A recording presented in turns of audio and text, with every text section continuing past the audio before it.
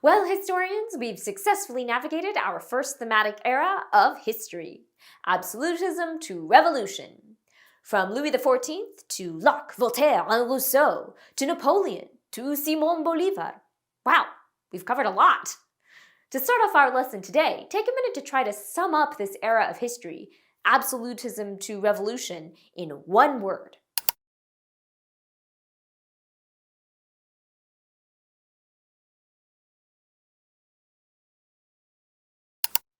What word did you pick? Maybe you said change or progress. Or perhaps you chose an enlightenment value, equality or liberty. Or maybe you side with conservatives like Austria's Clemens von Metternich and you think of war and chaos. Yep, in just 5 units, we've been through so much. Changes in thinking that emerged during the 16th and 17th centuries led to a societal shift toward evaluating the world scientifically. That was followed by the Enlightenment, an ideological movement that investigated the notions of reason, equality, and liberty. People recognized that they could use these ideas to enact change, which led to mass political reform the world over. Now we'll be moving ahead to part 2 of our year-long study, Industrialization to Imperialism. Industrialization is the transformation of a society from an agrarian economy to an industrial economy. Based only on the definition and your prior knowledge of this topic, take a minute to predict some consequences that may result when a country experiences industrialization.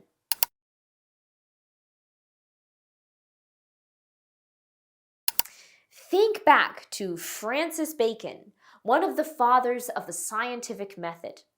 His core belief was that science should be applied to develop processes and technology that benefit mankind. And that's exactly what happened, starting in mid-18th century Great Britain.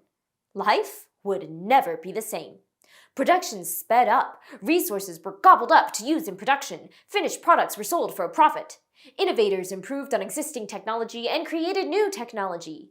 Industry bosses used this to leverage the transforming consumer economy and grow their businesses. Transportation and communication became faster and more reliable, and people could be economic opportunists and move to a new town to find a better job.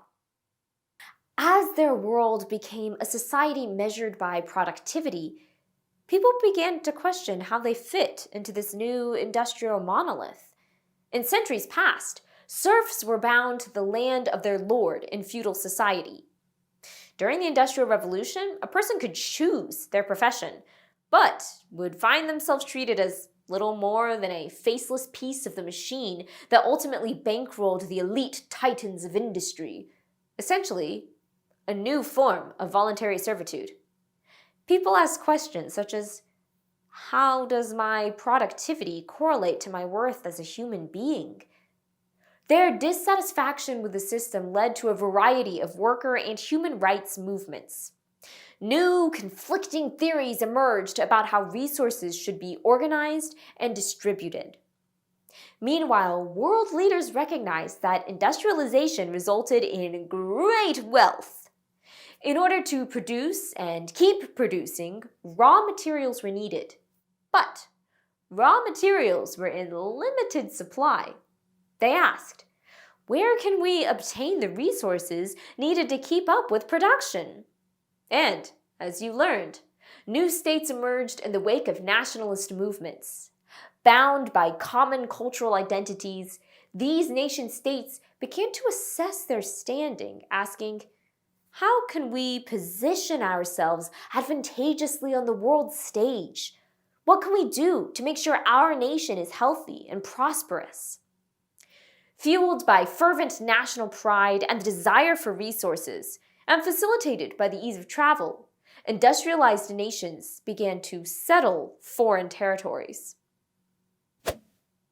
And that brings us to our next key term.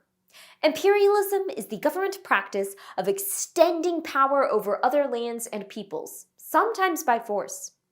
Based only on the definition and your prior knowledge of this topic, take a minute to predict some consequences that result when imperialism is practiced.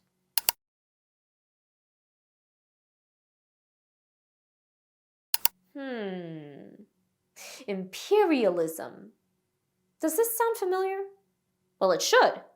Just as absolute monarchies sponsored the colonization of lands during the Age of Discovery, these new regimes, built on the enlightened ideals of liberty, justice, and equality, imposed their will on the local people in order to extract wealth from these lands. How would occupied people respond to this new threat? Imperial powers found themselves at odds with each other, competing to add to their collection of foreign territories. As a result, nationalistic bonds grew stronger, particularly the desire to define us versus them. Imperializing nation-states didn't want to be left with the smallest piece of the pie. Nationalism and industrialization fueled the desire for expansion and resources, which in turn fueled more nationalism and industry. And nationalism was spreading across the Asian world as well. Soon, major powers would emerge in the East and cross-continental ties would be forged. Would they bring the world together, or would they threaten to tear it apart? Before we sign off, let's preview the big picture question for this lesson. How are industrialization and imperialism related to each other? You'll have the chance to share your answer in your PDF. Yes, historians, technology altered not only daily life, but also the global landscape. Productivity and the pace of life sped up to a fever pitch. Interactions between people and cultures became more accessible, and people came face to face with potential allies or potential enemies. What would the next era of history bring? Be on the lookout, because history is everywhere. Hey!